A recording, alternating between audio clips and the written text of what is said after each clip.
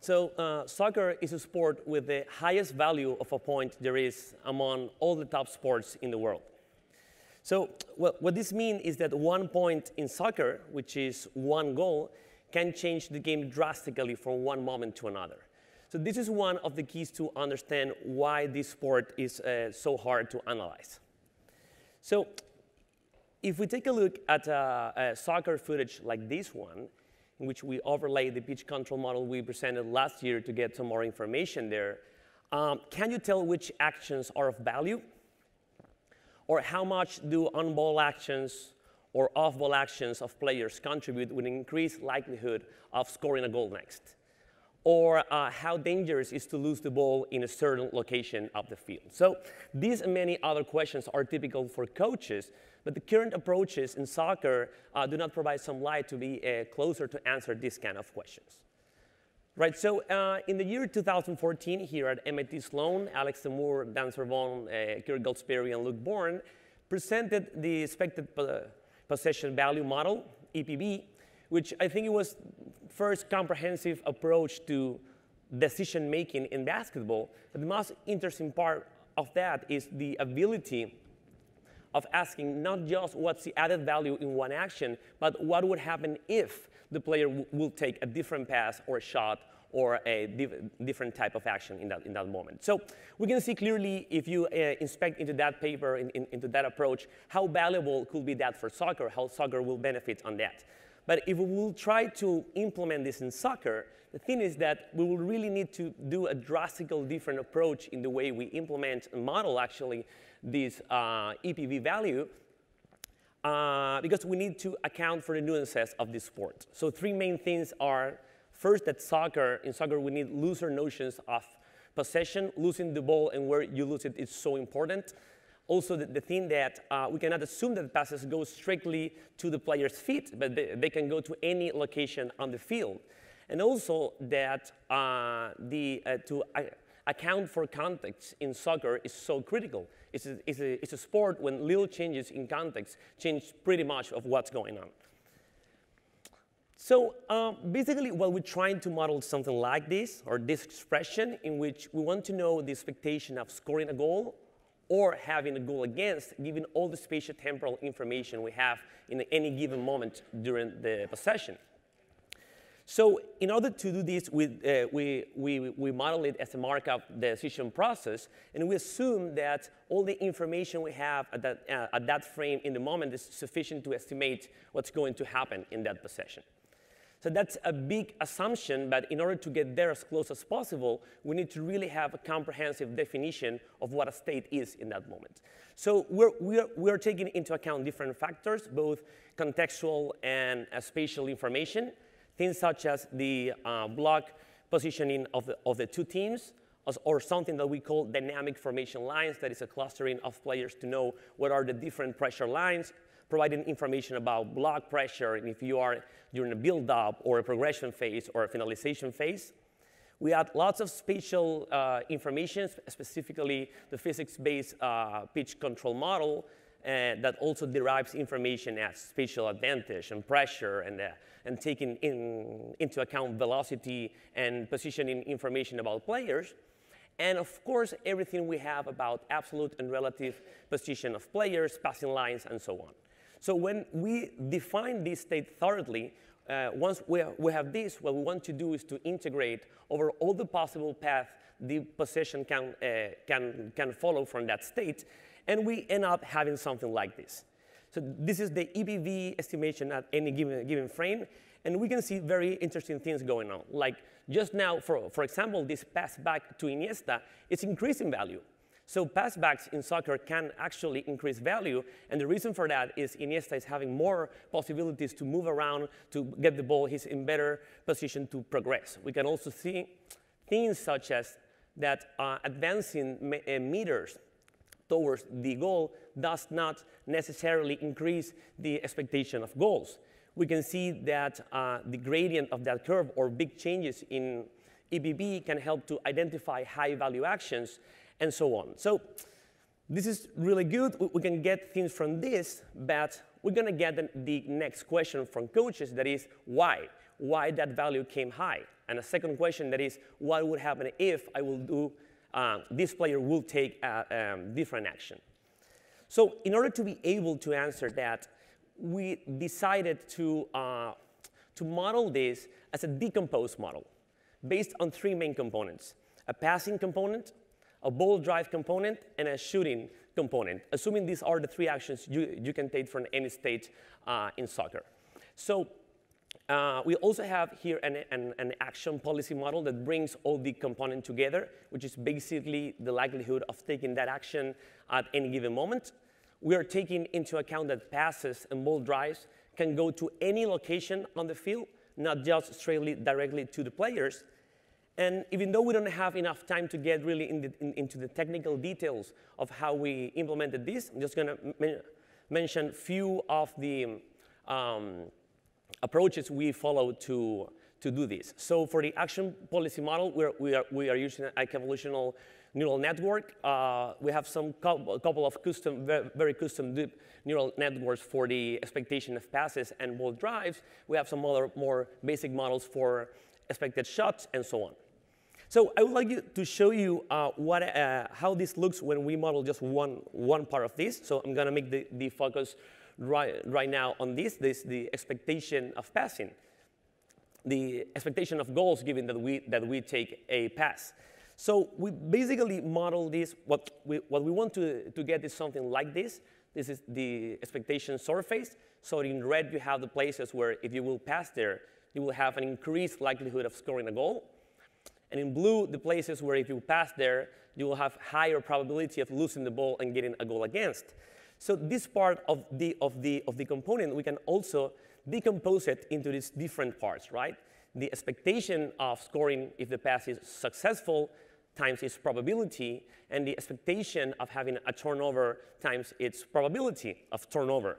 But the interesting thing is that we don't have just a picture of what is going on in one frame, but we have an ongoing estimation of those values frame by frame. So those colors you are seeing there is numerical information we have at any given frame. So that's interesting because you can, of course, analyze the added value or the decreased value when you take the action, but you can also see what will happen if we'll take a different action, or even inspect visually why things are showing the numbers are being shown in that moment. So we end up having, with all these different components, basically a set of layers or surfaces of information that provides rich data to start inspecting lots of different questions in soccer. So I would like to show you an example of how we can inspect just a couple of these things. You are seeing here the state EPV surface, similarly as what I showed previously. And the circle around players are going to be more filled up if that player is in a higher expected EPV added. This means that if you will pass to this player, you have an increased chance of scoring goals. So our players in positional advantage, or what is typically called in soccer superiority, right? To be in better position to really get the ball. So we can see here several things. First, how dynamic soccer is. You can see players are being highlighted, and then it changes very drastically when you move the ball away. And we can also see how some of these factors we're taking into account for the state are being meaningful for this model. For example, here, Rakitic is going to overcome the first line of pressure with this pass to Busquets. So when he manages to get this pass, we have an increased value of the expectation of scoring a goal. Busquets has different possibilities, but then he moves back, Madrid reorganizes, and then you have little possibilities to go on, so you have to start moving the ball around. So we can first start to get a better grasp of what is soccer about, and a second thing to grasp how well our players understanding that ongoing movement through the match. So we do think that there's tons of applications for this toolbox or this framework, so I'm just going to mention a few. The first one is a pass maps, which is a typical visualization in soccer that typically shows frequency of passes and positioning of players. But here we want to add the qualitative information that EPV adds, right? So what you have here is the mean position of players when they got a pass from Rakitic. It's just passes from one player. The size of the circle is, for example, one of the features we're taking into account. It's a spatial pressure, right? It's how pressed are those players when getting the ball. So Suarez is highly pressed and Lenglet is less pressed. And the interesting thing is that instead of just taking the whole stat of frequency or added value for that arrow, we are coloring that arrow with three main colors that show the distribution of value, right? So what this basically says is that if you take a look to that arrow between Rakitic and Suarez, is that the top 25% of those passes are being of great value. So since it's so hard to understand what provides value and what doesn't in a sport when you have 1,000 passes in one match, but none of them really seem valuable, this is a way to get a fine-grained inspection of what is being relevant for that team or for those players or in that cohesive collaboration among players. You can also take this to a different realm, which is off-ball contribution. This is so important in soccer because players have the ball 3 minutes on average. So we really need to start taking into account what happens with this movement and how players are collaborating in different phases of the game. So in the first row, you basically have a typical location heat map. This doesn't say much more than just where the players are. Basically, it tells information about the position of players. But we can deconstruct this as the places where the players are generating value. So this is where they are located to increase value, or the places where they are located that where they would decrease the value of the possession. So this is very more frequent than when they are positioned to increase value. So it also shows a little bit what is soccer about. We can do, on top of this, lots of more things such as identify high-value actions, or really having a fine-grained inspection of on-ball and off-ball actions, as we mentioned. We can then split the game differently and really start to analyze what happened during build-ups, during progression, during finalization. These are at least 3 contextual phases that are so different, and you have to behave very differently from one to another.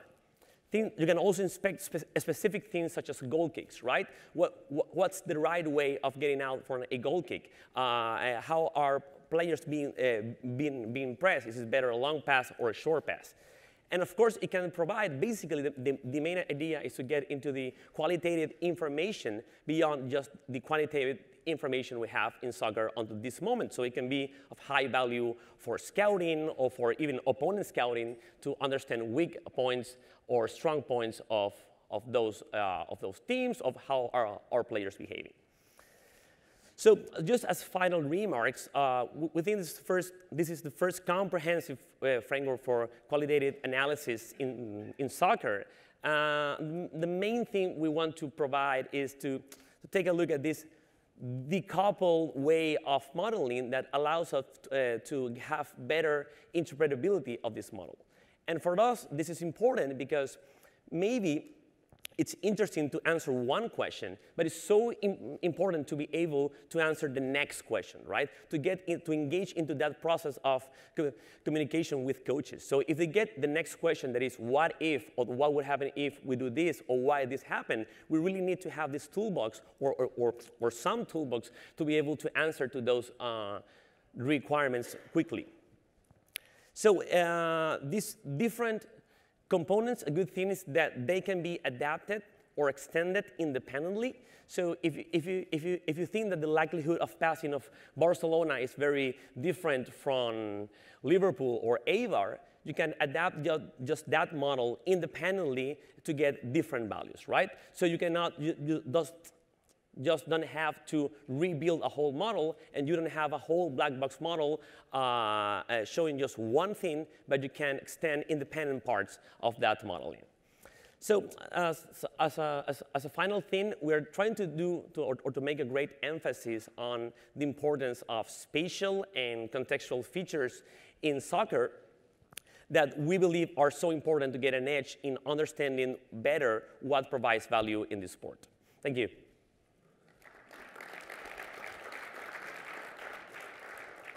Thank you, Javier. I think we'll open up for questions now. So it's cool stuff. What kind of actionable intelligence is there from this? Like if you're a manager at a club, what have you found that would change the way that you would manage or who you would play, et cetera? How you'd play, who you'd play?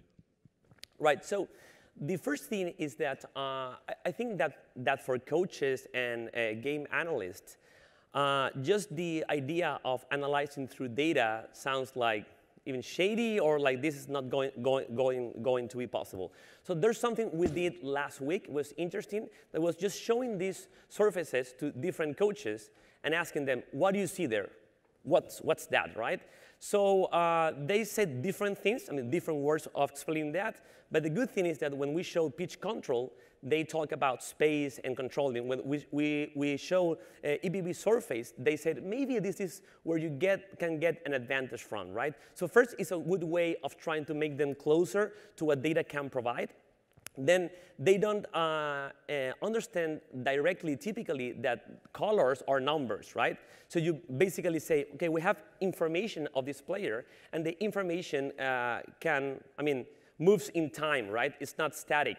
And they feel the game as a continuous thing. So I think that mainly what you can get there is a way of explaining stats better, to getting a grasp for what provides value. And in soccer, that's so important because they're always going to ask, yeah, but are you taking into account context? Are you taking into account pressure? And basically that is to accompany that process. I think that could answer many questions. We're not addressing here one specific question, but providing a way of answering many others, right? Thank you. Hi, that was great. Did you present last year as well? Yeah. Yeah, it's interesting to see your research progress. This is pretty exciting stuff. Thanks. So one thing that was going through my head as I was listening to you talk, and it's probably because I'm an Arsenal fan and they don't really play defense, is how this would go towards a defensive strategy. Is it as simple as just thinking about the inverse, or is there more complicated things to think about? Yes, so the way we started this was saying, okay, let's just model if you can get a goal or not, right? And then it starts showing things, and we added our values and said, like, yes, this is just talking about pure offensive things. But in soccer, you need to account all the time to what will happen if I will lose the ball there. So we changed that whole thing up, saying that you can score or gain a goal against, and now anything that you see in the whole modeling, it's taking into account both things, right? For example, if you say that you get a passing play profile and you're getting information about risk and reward, right? So the risk part has to do with what will happen if you will lose the ball there. So we're now getting questions such as, how dangerous is to lose the ball there? So in the past, we will answer that like, well, if you lose it here, they have to advance so many meters and they have so many players there.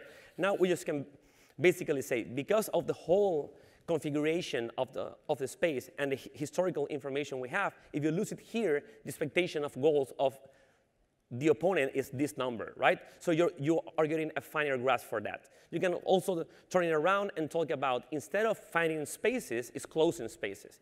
Instead of creating value, it's closing value. You can see there that Madrid, when it moves, that is just defending, it's not just trying to get the ball, that's one part of it, but it's also trying to be organized. And when you move the ball around, you're trying to de-organize them, right? So it's like an ongoing process of battling for those spaces, and you can use it inversely for both things, I think. Yeah. Great, thank you. Thanks a lot. That was a banging talk. So I had a question about your neural nets to build those surfaces for the passing. How is the training data structured to go into the neural network? Are you feeding it like just the coordinates of the players, their velocities, and then where the ball's passed to, and then the label is a goal or not? Like, how do you actually like build training data for that? Okay, so you have a different training procedure for every component, let's do the passing surface.